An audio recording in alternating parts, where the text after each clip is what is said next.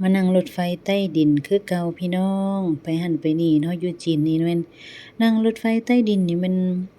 สะดวกสบายว่องไวเนาะดีกว่าเราจะไปจ้างแท็กซี่เนาะอันนั้นหั้นแม่นนานฮอดก่อนใดเนาะแล้วก็ราคาจะแพงก่อนเนาะแต่ว่าถ้าไปนำกันหลายๆคนเนาะ4คนลัดรถแท็กซี่ไปก็โอเคอยู่เนาะไปเลาะห้างบ่ซุปเปอร์มาร์เก็ตหยังต่างๆหั้นแหละ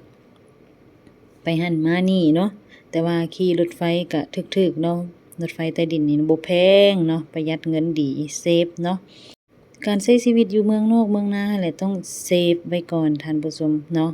มาหำมาเฮียนบ่มาหยังก็อย่าเนาะแบบขี่รถไฟให้ได้ฮู้หลายบ่อนหั้นแหละฮู้หั้นฮู้นี่ไปมาแนวใดอิหยังจั่งใดนี่สะดวกสบายเนาะนั่นแหละไปหั้นไปนี่มันจังฮู้หั้นฮู้นี่บ่ออกบ้านบ่เห็นแดนไกลหั้นแหละเนาะ